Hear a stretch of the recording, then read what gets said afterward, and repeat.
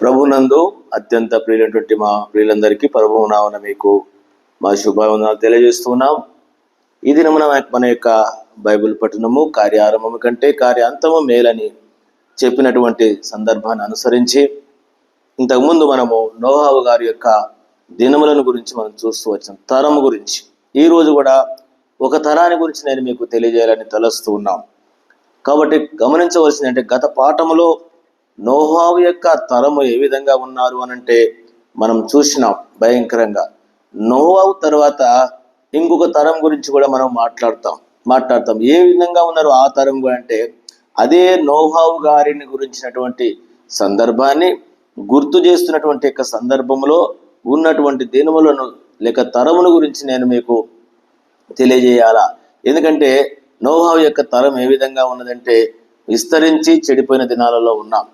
ఈ నోహావు యొక్క తరాన్ని గుర్తు చేసినప్పుడే ప్రభు చెప్పినటువంటి యొక్క విషయాన్ని గురించి మనం చూస్తాము. మా లూకా సువార్త 17వ అధ్యాయము 28వ వచనము. లోతు దినముల్లో జరిగినట్లు జనులు తినుచు. రెండవ తరం ఏ తరం అంటే నా గ్రహింపు నేను చెప్తున్నాను, లోతు తరము లేక అబ్రహాము యొక్క తరం అనుకుందాం. ఎందుకంటే లోతు ఉన్నటువంటి దినములు ఎవరున్నారు? అబ్రహాం ఉన్నాడు. మనకు తెలుసు అబ్రహాం గారిని గురించి బైబిల్లో ఈ విధంగా వ్రాయబడింది. అబ్రహాం యొక్క తరము కూడా ఏ విధంగా ఉన్నారు అని అనుకుంటే మనము లోతుని మనం గుర్తు చేసుకుంటే ఆ తరము వారిలో మనకు ఏ విధంగా ఉన్నారో మనకు అర్థమవుతుంది, ఆ విధంగా కనబడతా ఉంది. అందుకనే ఆది కాండము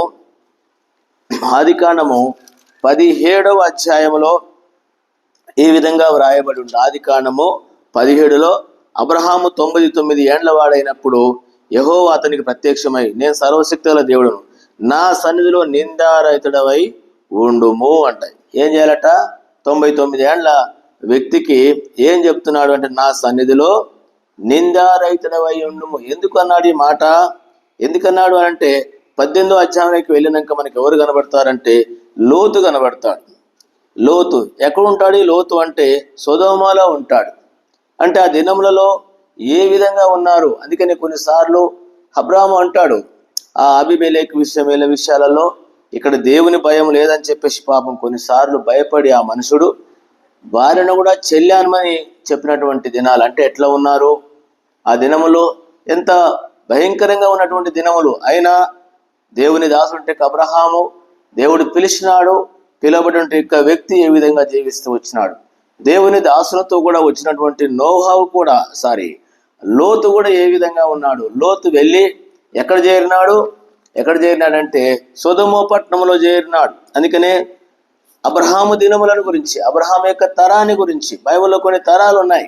మత్తయి సువార్త 1వ అధ్యాయంలో ఈ విధంగా మూడు తరాలను గురించి ప్రభు చెప్తూ వచ్చినాడు. నేను చదువుతున్నాను. అందుకనే తరములు అనేటువంటి యొక్క విషయానికి కాబట్టి భయంకరమైనటువంటి యొక్క తరముల్లో ఉన్నామండి మనము. ఆ మత్తయి సువార్త 1వ అధ్యాయంలో ఈ విధంగా రాయబడి ఉంటుంది. 17వ వచనము. ఇట్లు అబ్రహాము మొదలుకొని దావీదు వరకు తరములన్నీ అంటే తరములు అనే మాట చెప్తున్నాను విషయం. కాబట్టి అబ్రహాము యొక్క తరము దీన్ని మనకు వివరంగా కావాలంటే లోతును సొదొమ పట్టణాన్ని మనం గుర్తు చేసుకోవచ్చు. అంతేకాదు అబ్రహాము ఉన్నటువంటి దినముల్లో అక్కడ కనానీయులు ఉన్నారు. వారు కూడా ఎలాంటి వారు అనేటువంటి దేవుని భయం లేనటువంటి వారని అబ్రహామే అంటాడు. కాబట్టి అలాంటి దినాలలో ఉన్నాం. కాబట్టి దినములలో నేను ఏ విధంగా ఉండాలి? లోతు ఏ విధంగా ఉన్నాడు? అబ్రహాం ఏ విధంగా ఉన్నాడు? అట్లే నోహావు ఏ విధంగా ఉన్నాడు? నిందారహితుడుగా ఉన్నాడు, నీతిపరుడుగా ఉన్నాడు నోవాహు. అట్లనే అబ్రహాం కూడా ఏ విధంగా ఉంటున్నాడు? ఆ తరం వారు అంటే నిందారహితుడుగా ఉంటున్నాడు. అందుకనే లోతు దినముల్లాగానే ఈ తరములో ఉంటున్నాం. దేవుని బిడ్డలారా, ఇంతకు ముందే మనము గుర్తు చేసుకున్నట్టుగా బైబిల్లో ఈ విషయాలు రాయబడినటువంటి సత్యాన్ని నేను మీకు గుర్తు చేస్తాను. మార్కు సువార్త 8వ అధ్యాయంలో మన ప్రభు ఈ విధంగా చెప్తూ వచ్చినాడు. ఎట్లాంటి భయంకర దినాలలో ఉన్నామో మనకు గుర్తు చేసినట్టు విషయాలు మనకు కనబడతా ఉంటాయి. అందుకొరకనే దేవుని బిడ్డలుగా ఆ రోజుల్లో ప్రభుని అడిగినారంట, కొన్ని సూచనలు ఇవ్వండి మాకు అని చెప్తూ వచ్చినటువంటి సందర్భాన్ని అనుసరించి ప్రభు చెప్తా ఉంటాడు. ఈ సందర్భాన్ని అనుసరించి అందుకనే ఏ తరము వారు ఆ తరము వారు అని అంటే చెడ్డ తరము వారని రాయబడినటువంటి సందర్భం మనకు కనబడతా ఉంటుంది. కాబట్టి మార్క్స్ వార్తలో మనము ఈ సత్యాలను మనము చెప్పగలము. 38వ వచనం 8:38 వ్యభిచారమును పాపము చేయు ఈ తరము వారిలో నన్ను గూర్చియు నా మాటను గూర్చి సిగ్గుపడు వాడెవడు? వాణ్ణి గూర్చి మనుష్య కుమారుడు తన తండ్రి మహిమ గలవాడై పరిశుద్ధ దూతలతో కూడా వచ్చినప్పుడు సిగ్గుపడును. గమనించండి, వ్యభిచారమును పాపమును చేయు ఈ తరము వారిలో, ఏ తరములో ఉన్నాము? వ్యభిచారమును పాపమును. అందుకనే లోతు యొక్క తరము అబ్రహాము తరములో ఏ విధంగా ఉన్నారు అనంటే మనము ఇంతకుముందే నేను మీకు గుర్తు చేస్తూ వచ్చినాను. లూకాసు వార్తలో ఎట్లున్నారంటే, నేను మళ్ళా చదువుతున్నాను, గమనించండి. దేవుని బిడ్డలుగా ఈ భయంకరమైన తరములో ఉన్నటువంటి మనము ఏ విధంగా ఉంటున్నాం? 28వ వచనము 17-28 లోతు దినముల్లో జరిగినట్లు జనులు తినుచున్నారు, త్రాగుచున్నారు, అమ్ముచున్నారు. గమనించండి, త్రాగుచు, కొనుచు, అమ్ముచు, నారున్నట్టు ఇండ్లను కట్టుకొనుచుండిరి. ఏం చేస్తా ఉన్నారు? ఈ రోజుల్లో బిజినెస్ ఎక్కువైపోయింది, వ్యాపారాలు ఎక్కువైపోయినాయి. లోతు దినములు జరిగినట్లు జనులు తింటున్నారు, త్రాగుచున్నారు, కొంటున్నారు, అమ్ముతున్నారు. చూసినారా? ఈ రోజుల్లో ఎక్కువ బిజినెస్ ఎక్కడ చూసినా ప్లాట్లు కానీ, ఏది కానీ, వస్తువులు కానీ కొనుక్కోవడము, అమ్ముకోవడము, అంటే వ్యాపారము ఎక్కువైపోతా ఉంది. నాటుతున్నాడట, ఇండ్లు కడుతున్నారు. ఇప్పుడు ఎక్కడ చూసినా ఏం కడతా ఉన్నారు? లేని వాళ్ళకు కూడా ఇండ్లు కట్టిస్తామని అంటున్నారు. ఇవి మనకు అన్ని తెలిసిన సందర్భాలే. ఏ విధంగానగా నీకు ఇల్లు కట్టిస్తాం. గవర్నమెంట్ వాళ్ళు కావచ్చు, ఇప్పుడు బ్యాంకులు కూడా అంతే, లోన్ ఇస్తున్నాం కట్టుకోండి అంటున్నారు, పిలిచి ఇస్తా ఉన్నారు.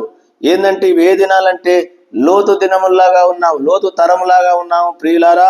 ఇండ్లు కట్టుకుంటున్నారు. అయితే లోతు సొదొమోను విడిచిపోయిన దినము ఆకాశం నుండి అగ్ని గంధకములు కురిపించి వారందరినీ ఏం చేసింది? నాశనం చేసింది. లోతు దినాల్లో ఉంటున్నాం, వ్యభిచారపు దినాలు. మీరు ఒకసారి 19వ అధ్యాయం ఆదికాండం చదివితే ఎట్లాంటి భయంకరమైన దినంలో ఉన్నామంటే, చిన్నవాడు మొదలుకొని పెద్దవారి వరకు కూడా వ్యభిచార బుద్ధి కలిగి ఉన్నారు. ఈ రోజుల్లో 11-12 సంవత్సరాల వయసు నుంచి పిల్లలను మనం గమనిస్తే ఎలాంటి భయంకరంగా జీవితం చూపిస్తున్నాం. 60 ఏళ్ళ అనుభవం ఉంది. 12 సంవత్సరాలు 13 సంవత్సరాల పిల్లలకు, ఆడపిల్లలు కావచ్చు, మగపిల్లలు కావచ్చు, వాళ్ళకి ఎక్కడుందంటే 60 ఏళ్ళ ముసలి వాళ్ళ అనుభవాన్ని మనం చూడగలం. అందుకనే భయంకర దినాలలో ఉన్నాం.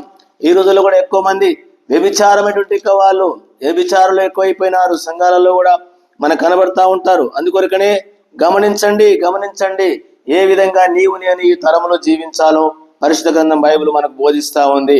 2వ పేతురు పత్రిక 2వ అధ్యాయంలో ఈ విధంగా రాయబడి ఉంటుంది.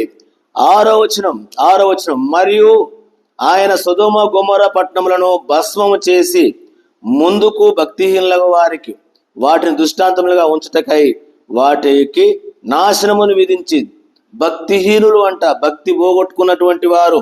ఈ రోజుల్లో ఎక్కడ చూసినా సంఘాలలో భక్తి లేదు, ఆత్మీయత లేదు, విశ్వాసం లేదు, తిరుగుబాటుతనం వచ్చేసింది, మూర్ఖపుతనం వచ్చేసింది, పాపపు తరం వచ్చేసింది. ఈ దినాలలో ఉన్నాం. దృష్టాంతములుగా వారికి సంభవించినాయి. దుర్మార్గుల కామ వికారయుక్తమైన నడవడి. దుర్మార్గులు మంచి మార్గాన్ని వదిలిపెట్టినారు, మంచి జీవితము వదిలిపెట్టినారు, దుర్మార్గంగా జీవిస్తున్నారు. కాబట్టి ఏ మార్గంలో ఉన్నటువంటి దినాల్లో ఉన్నామో చూడండి.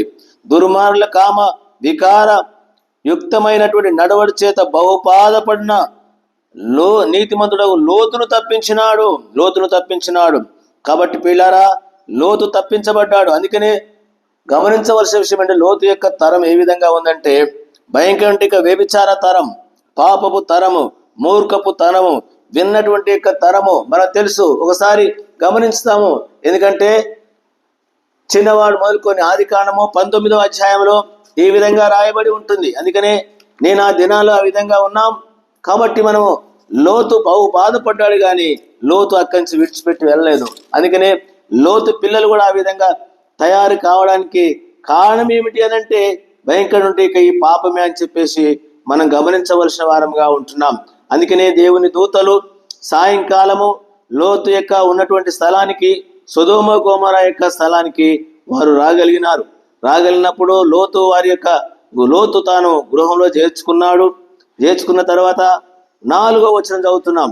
వారు పండుకొనక మునుపు ఆ పట్టణస్థులు అనగా సొదొమ మనుషులు బారులను వృద్ధులను ప్రజలందరూ నలుదిక్కుల నుండి కూడి వచ్చి ఇల్లు చుట్టివేసినారు. ఇల్లు చుట్టివేసి ఎవరున్నారు ఇక్కడ చూడండి, సొదొమ పట్టణంలో మనుషులు, సొదొమ మనుషులు బారులు వృద్ధులు ప్రజలందరూ, వృద్ధులు ముసలోళ్ళు కూడా. అందుకని అబ్రాహాము అన్నాడు 17వ వచనం, నిందారహితుడుగా ఉండు, నువ్వు భయంకర దినాల్లో ఉన్నాం. ఈ దినాల్లో విశ్వాసి లేక సేవకులమైన బాధ్యత గల వారమైన సంఘాలలో ఏ విధంగా ఉంటున్నాం, మనం ఏ విధంగా ఉండాలి, ఎట్లాంటి దినాల్లో ఉన్నాము? వ్యభిచారపు దినాలు ఇవన్నీ కూడా.